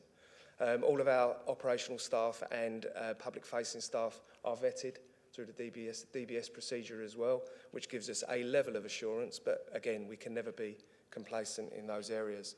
But just to give you some examples of figures, in the most recent survey, 97% agreed that their immediate line manager is accessible when needed. I think it's a real positive that people feel they can speak to their immediate line manager. And over 97% of staff said that they feel the service puts their personal safety and welfare seriously and treats it seriously. So they're just a couple of the headline figures around that. But as I said, we are never complacent. I personally meet with our employee relations team every fortnight to go through every case that we are looking at, whether that be through discipline, grievance, capability. So everything is scrutinised at the very highest levels throughout the service. So it was just to give members those assurances. But the continuing journey around our culture continues, and it will continue. We have another survey that will be going out in January of next year that Paul's working on now to prepare. And we have just embarked upon another initiative which is called Bullying versus Banter, which every staff member has access to, so that it clearly defines, kind of where the lines are around bullying and banter, especially in a more modern society that we live in now. So again, I'm more than happy to take any questions on that, but it was just to assure members that we have a lot of processes and procedures in place. We do try and nip everything in the bud as quickly as we possibly can, and those most serious cases are always dealt with. If I can, just very briefly, I thank you both indeed very much for that. I am reassured. And just going back to the paper, it is an excellent paper, and congratulate the officers for the work done. And also, I would spare his blushes, but I would credit where credit's due to Councillor Lambert, who is the most diligent of lead members on this particular subject, and the Fire Authority is very, very lucky to have him working in this particular topic.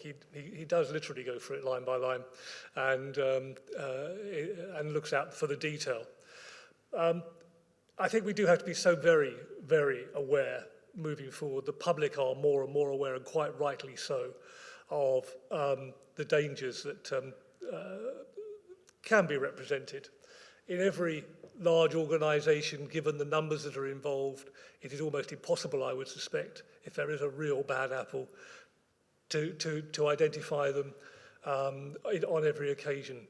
But I know we do our utmost, from what I've read and what I've seen, to achieve as close to 100% within Bucks and Milton Keynes Fire Authority as is possible.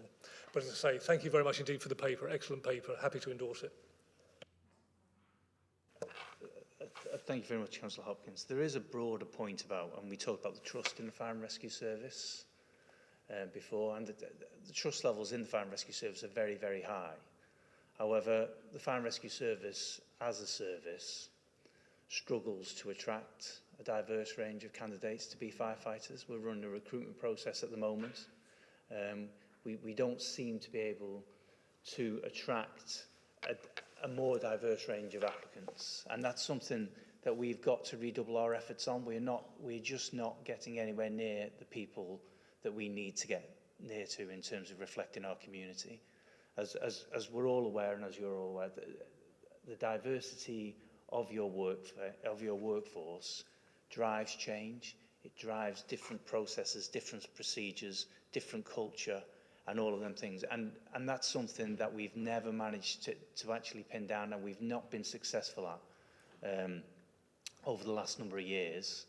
But we continue to try our best, and we're happy to listen to any thoughts or views of councillors, or indeed any members of the community, in which we can try and reach them communities in a better way. So although trust in the Fire and Rescue Service is high, we are nowhere near as reflective of the community that we serve that we should be, and this is an area nationally and locally that we need to look at, and in my view are failing actually in the Fire and Rescue Service and as we move forward. Mr. Thelwell, I think we are very, very well. Two very quick questions from Councillor Donington and Councillor Marland, and then we will close this because we are running out of time. So, Councillor Donington, very quickly. Yeah, two very quick points.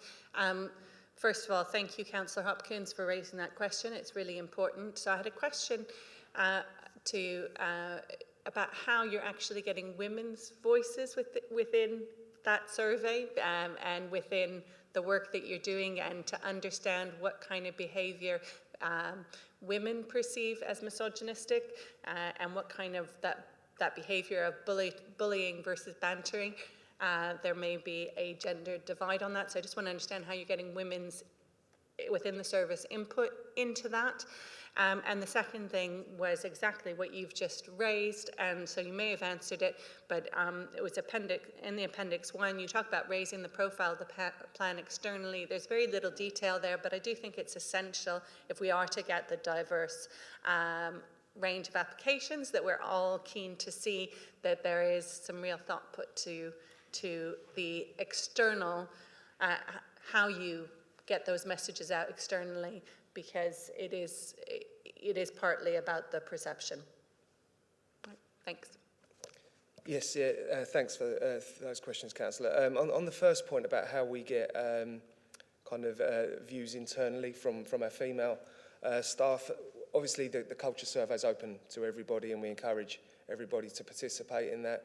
We have an equality, diversity and inclusion group where we have female representatives on that as well. And we do link in with, there's a women in the fire service group nationally. So the chair of our ED&I group sits on the women in fire service group as well. So it's not just our own internal reports we get back from our own females, it's more broadly across the fire and rescue service nationally. So there are national groups that are set up that we're represented on. And it's the same with the Asian Fire Service Association as well. So we are represented on those national groups to get that feedback as well. So we don't sort of look at it just purely in isolation. So I hope that covers that point. And sorry, did you want to come in on the other point? Yes? Yeah, on the other point as well. I mean, we talk about perceptions. You are dead right. Look at the people who are leading the service at the moment. And that's the reality of it. And we talk about perceptions all the time. But we come from different backgrounds maybe, but actually the perception is right. And I think nationally, I think there's a broader debate nationally and locally about how we recruit to senior levels. I think there's something actually in terms of the fire service is built upon, the majority of the people here, the senior officers here, have been in the fire and rescue service 20 to 30 years. And what you see is, at senior levels, something reflective of the demographic of 30 years ago when they were attracted to the service. I don't think that can continue. I think that's something we need to look at and really question and really hold ourselves to account as we move forward if we want to reflect truly the communities that we serve. It's difficult to do, but we need to do it. Councillor Morland, I hope it's quick. It is. It's on the actual paper, really, rather than the more general discussion around the promotion of the and the staff engagement plan. I don't see any mention of the trade unions in there, and I think it would be, particularly, again, if we overlap with the previous discussion, the FPU have a major role in promoting culture within the organisation and communicating the plan, and using them to communicate the plan is a significant a mission from the paper, I think.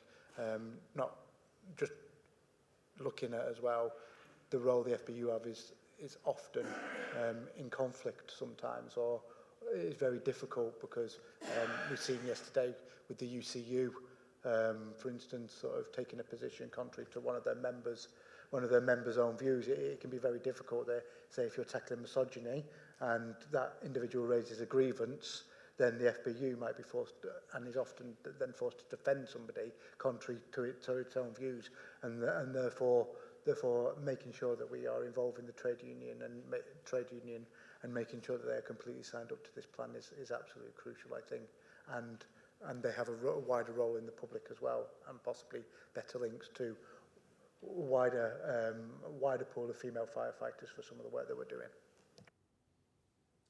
Yeah, thank you, Councillor, for that. I'd just like to reassure you that the strategy was produced in consultation and agreement with the trade unions and will be ongoing.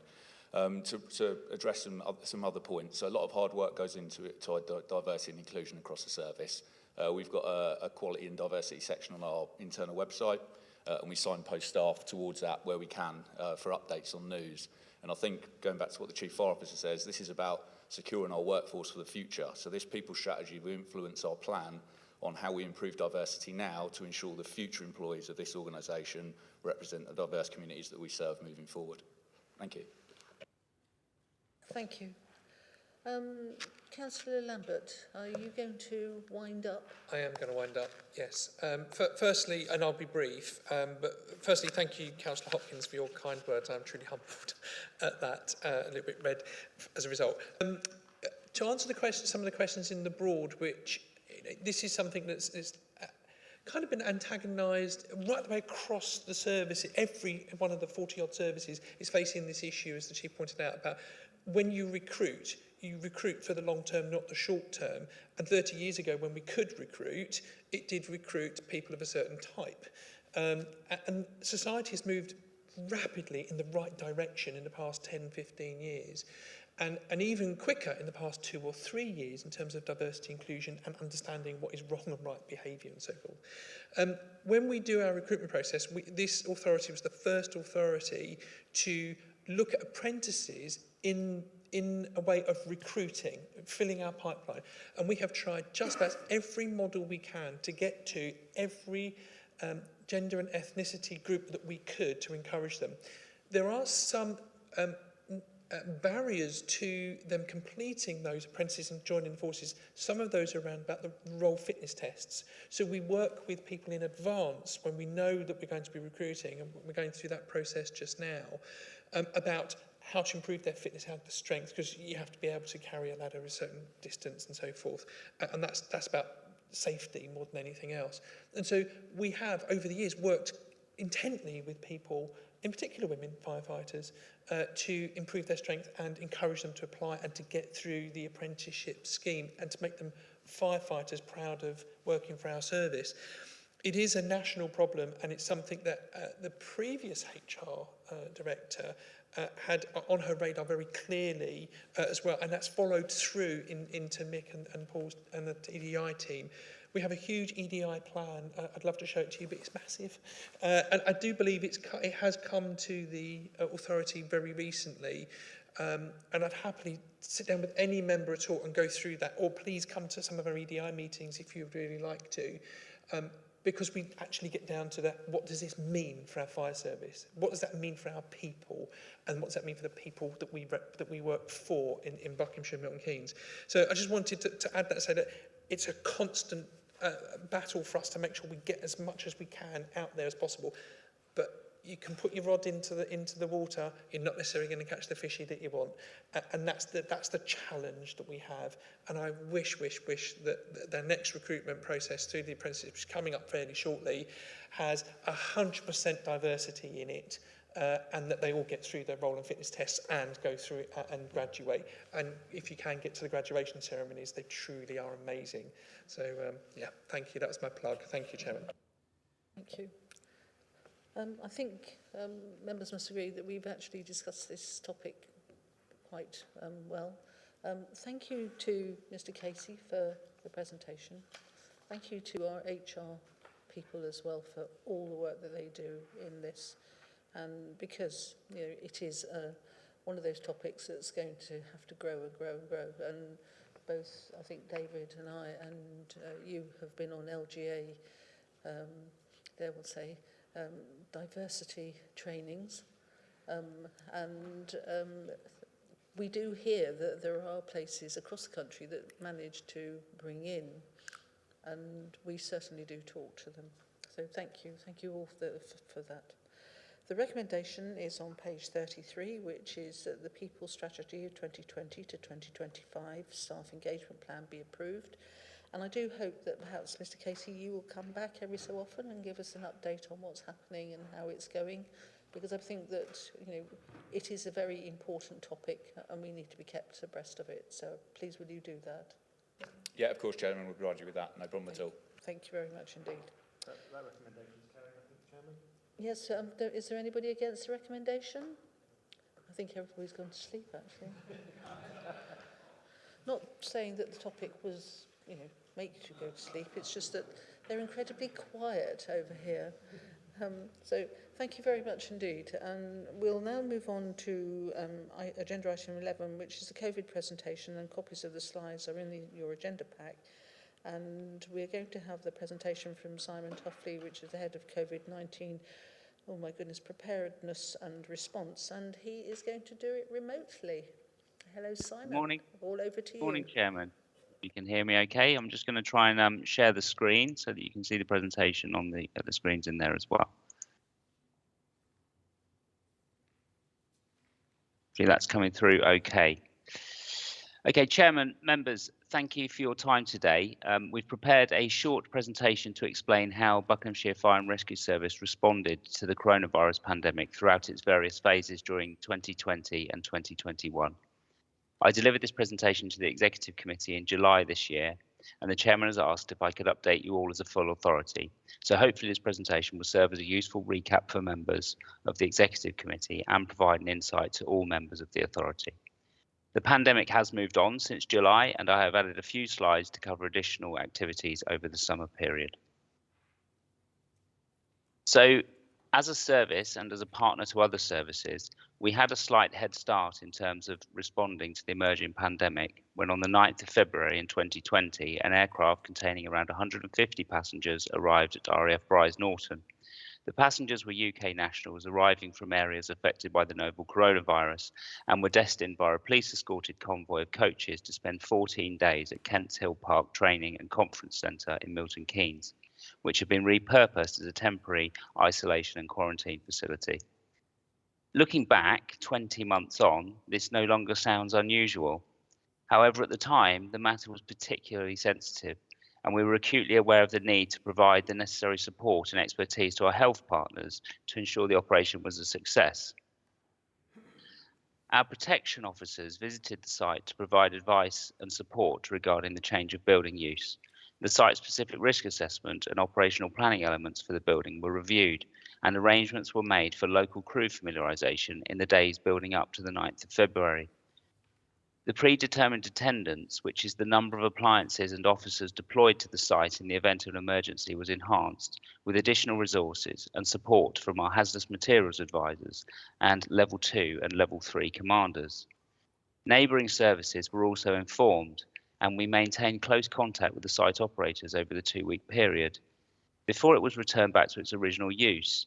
As a team, we learnt a lot from the Kents Hill operation, and it's put us on the front foot in terms of our preparedness for the pandemic. As we moved on, the Pandemic Management Group is an internal team of cross-departmental managers who were first stood up in preparation for the repatriation to Milton Keynes.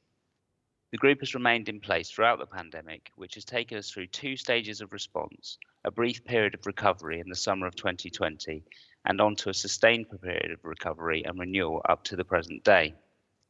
The group was tasked to manage the internal impacts of the pandemic to ensure the effective delivery of our core functions, with a priority for the health and safety and well-being of all our staff. This included provision of appropriate operational and service level guidance, amending day-to-day activities and routines, provision of appropriate additional PPE, and communicating effectively across the organisation. Many of our frontline staff did not have the option to work from home, so it was vital that they had the necessary PPE and working practices in place to keep them safe.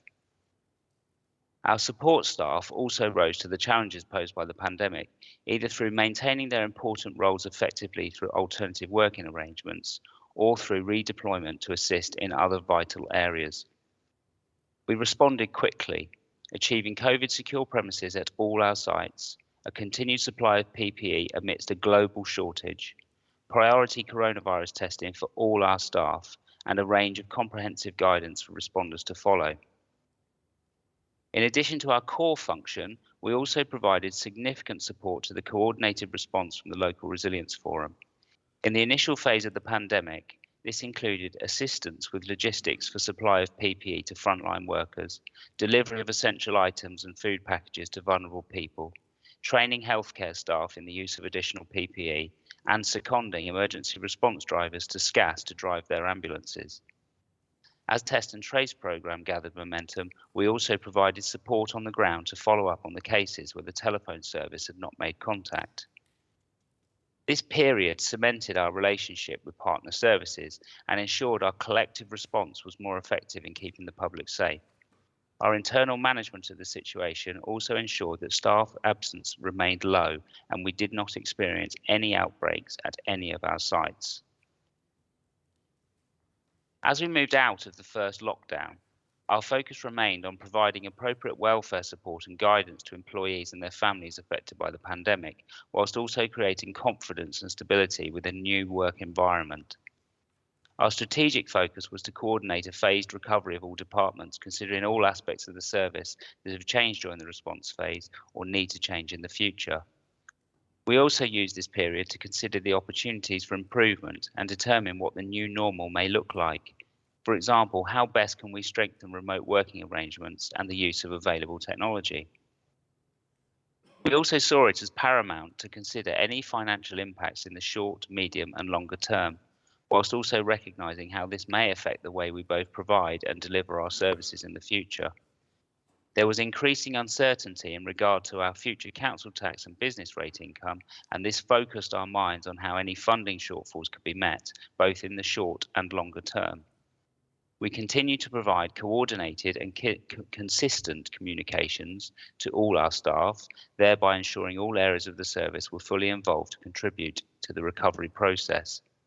We also conducted post-incident debriefing, which involved supporting the Thames Valley Local Resilience Forum process in order to examine the effectiveness of the measures and decisions taken during response. From the lessons we learnt, we took the opportunity to update our procedural documentation, including business impact assessments and business continuity plans, whilst also sharing, where appropriate, learning with other emergency services and the wider sector. The second wave and subsequent return to a response focus started in October 2020, when cases started to rise again across the country, and this was perhaps our most challenging time. Our response strategy was refreshed in October with the continued aim of ensuring that during the pandemic, Buckinghamshire and Milton Keynes are the safest places in England to live, work and travel. Our key focus was on providing a safe and supportive workplace for all our staff, maintain core functions, extend the support to our communities and partners, and have effective communication across the service and with our communities. We achieved this through maintaining our COVID-19 secure premises, continuing the adapted staff working arrangements and providing staff welfare and support whether in or away from service premises. We refreshed our arrangements for absence reporting and ensured regular access to lateral flow and PCR testing, as well as later access to surplus vaccines when they became available. In terms of maintaining our core functions, provision of appropriate PPE, business continuity planning and operational guidance was now well embedded. We continue to operate with an adjusted service delivery across prevention, protection and response through regular risk assessment in order to protect the public and our staff from the impacts of the coronavirus. We maintain continued support to the Local Resilience Forum, professional bodies and our partner agencies, most notably in our extensive effort in providing logistical and managerial support to 4 mass vaccination centres across Buckinghamshire and Milton Keynes. The work commenced during the Christmas week of 2020, and over the coming weeks and months, we helped establish 4 mass vaccination centres across Bucks and Milton Keynes. We have also continued to support these throughout the programme. The operation resulted in thousands of people within the communities we serve being able to receive their coronavirus vaccinations, and we are very proud to be part of that. We have also continued to assist the test and trace effort and have provided additional extensive logistical support during surge testing initiatives to manage outbreaks in the different coronavirus variants. In terms of effective communication across the service and within our communities, we continue to provide regular updates and briefings to all staff, as well as the necessary reports to the government departments and providing information to our communities, such as the refreshed prevention and protection activities, information via social media and our website. Following a commission by the Home Secretary in the summer of 2020, HMICFRS announced a national review of Fire and Rescue Service COVID preparations, and Buckinghamshire Fire and Rescue Service received the inspection team for the COVID-19 inspection during November 2020. The results of our COVID-19 inspection were published on the 22nd of January 2021, where the inspector concluded that the service responded well during the pandemic and provided additional support to its community. It used whole-time and on-call firefighters to respond to emergencies.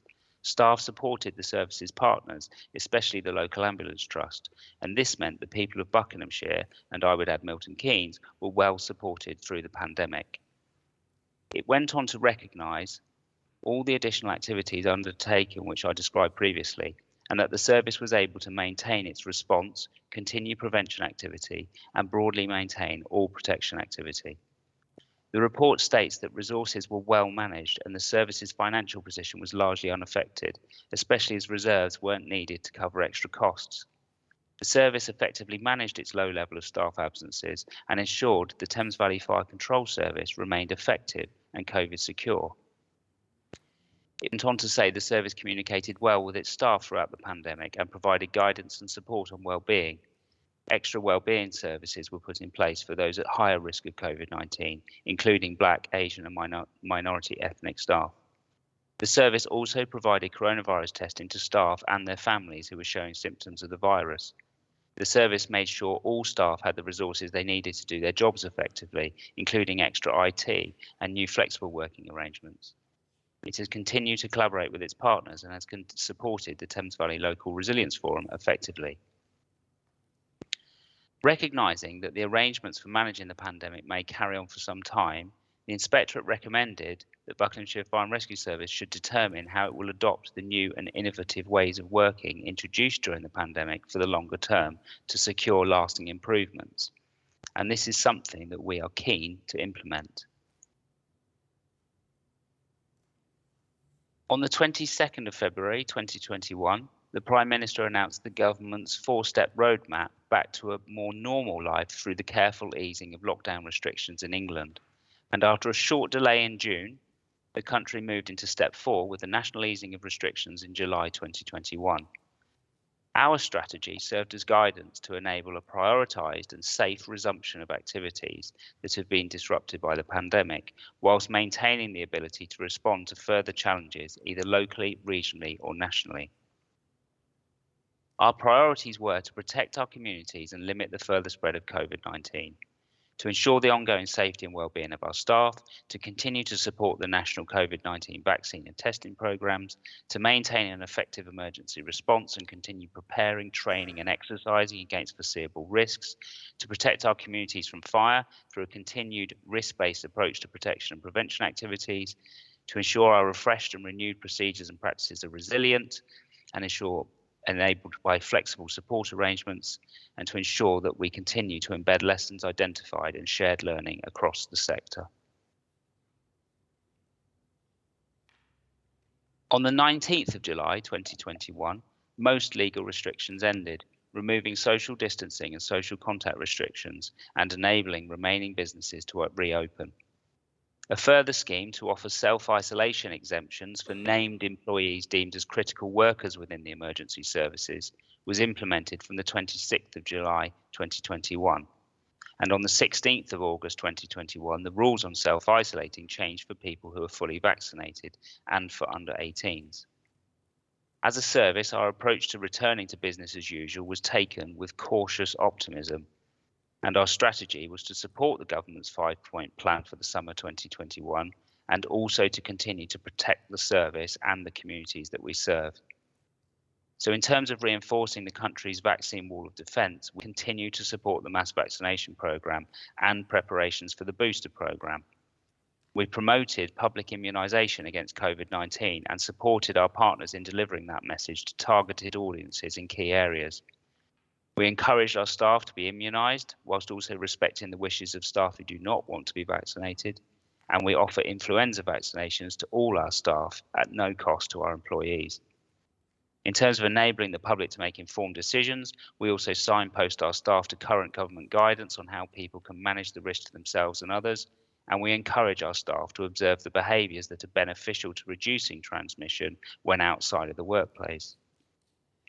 In terms of retaining proportionate test, trace and isolate plans, we continue to provide and encourage regular asymptomatic lateral flow testing through the Workplace Collect scheme, where staff can order free lateral flow tests through their workplace. We take a risk-based approach to staff returning to the workplace following a close contact with a positive case, and ensure that regular testing and suitable controls are in place for those eligible and exempt. We continue to support staff self-isolating where required through specific COVID absence management arrangements. And then in terms of managing risks at the border and support to a global response, we will continue to support surge testing where appropriate and in liaison with our partners to reduce the risks of emerging variants of concern. We continue to advise our staff of the need to consider the traffic light system for international travel when arranging leave and personal travel.